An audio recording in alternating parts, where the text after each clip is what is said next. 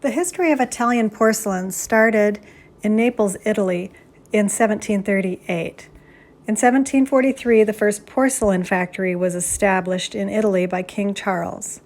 The factory, known as the Royal Manufactory of Porcelain, stood high atop a hill, which is where the name Capodimonte, or top of the mountain, came from.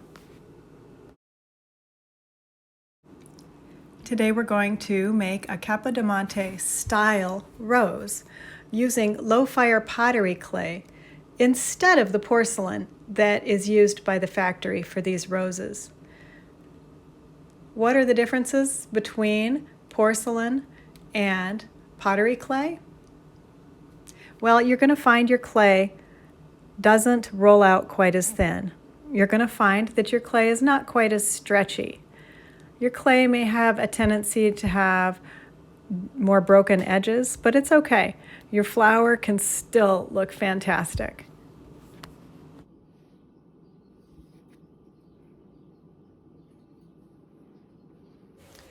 You're going to start by making a rough bowl to fire your flower in. It's going to need protection because it's so delicate. So you'll make an extremely rough and casual little bowl to store your flower in during firing. It's about 4 inches, about as big as the palm of a hand. And you'll line it with a paper towel so your flower won't stick to it. I made about 11 small spheres. They were 3/4 of an inch approximately as a measurement, or maybe about the size of your thumbnail.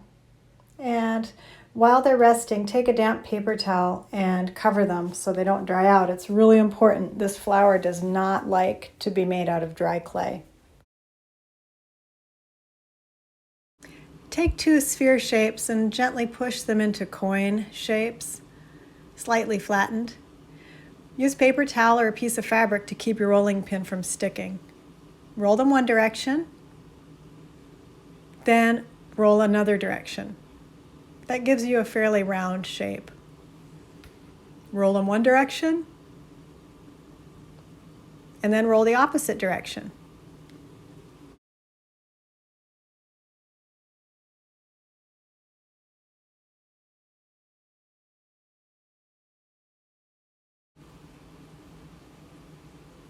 Irregular shapes are totally fine. Nature is just full of irregular shapes.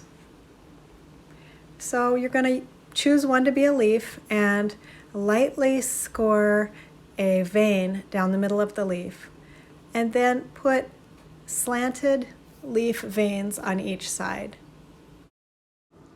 You're going to smear a ragged leafy edge into the side of the leaf. Here's where, once more, it's important to have pretty wet clay for this. It doesn't need to be perfect. Raggedy is fine.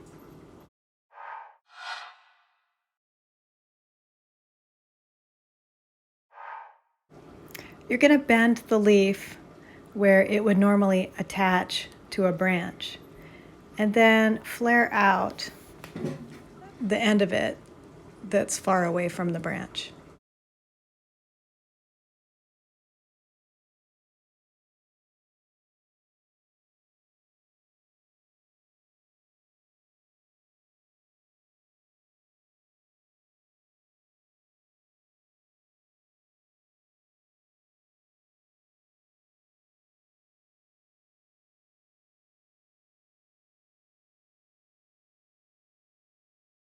Join your 2 leaves in the middle so they look kind of like a butterfly. You'll slip and score them together on the top and on the bottom.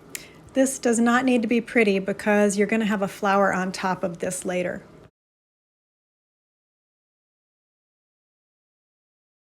Now we get to that bowl you made. It's going to hold your leaves in a nice shape. You can actually bend your leaves to droop over the bowl, so they're held in a very natural position. They're not flat like a tabletop.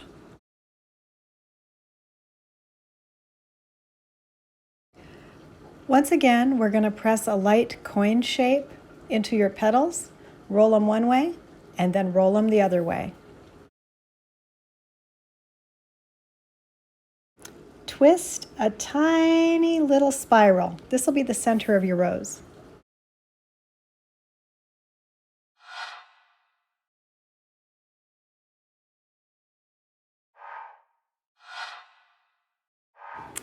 Notice on this Capodimonte rose, the jagged edges make it look more realistic, and the curly waved edges also make it look more realistic. So don't be afraid if your petals are kind of wavy.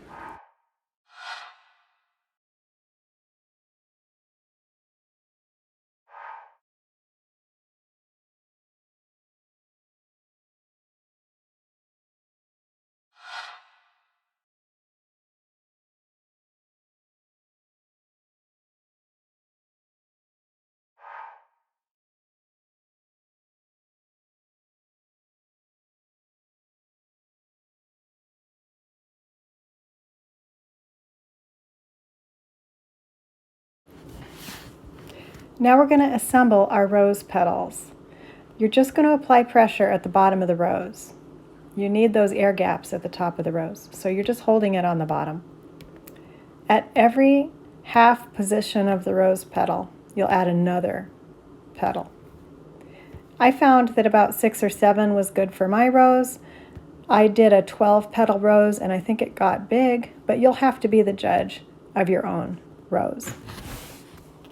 And I'm pinching it at the bottom. My clay is so wet, I don't need to slip and score it. It's kind of like a coil pot where you can blend the clay together when it's very, very wet without slipping and scoring. It's just being held there by pressure because the clay is so wet. Notice the petals and the center of the rose are all the same height. The petals do not stick up higher than the first middle of the rose. I'm getting away with not slipping and scoring because my clay is so wet I can pinch it together. Now is time to fuss around with the rose a bit, bend some of the petals this way and that, and kind of decide how you like it.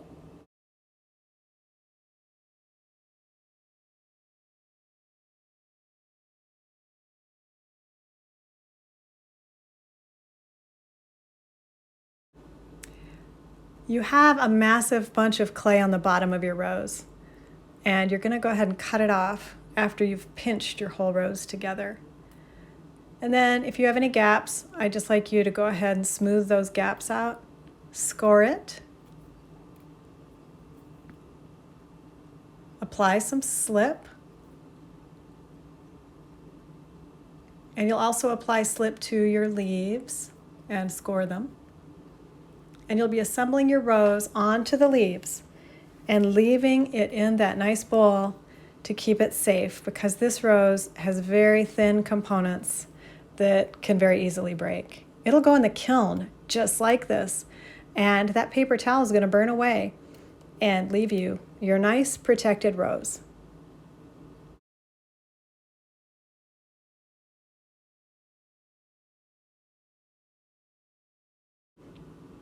Now we're going to poke a hole in the bottom of the rose before we turn it in. Make sure you poke a hole in the bottom with your pencil, because later we're going to glue some wire in there so you can have a stem on your rose. Make sure you put your name and your class period on the bottom of your bowl. That way, when this whole unit comes out of the kiln, your rose will be nice and protected in the bowl, and your initials will be on the bottom of the bowl, so you know that that's yours. Notice the clay is a little bit thicker than the porcelain used in the Italian roses. However, I still think it looks good, and I still think they're going to come out great.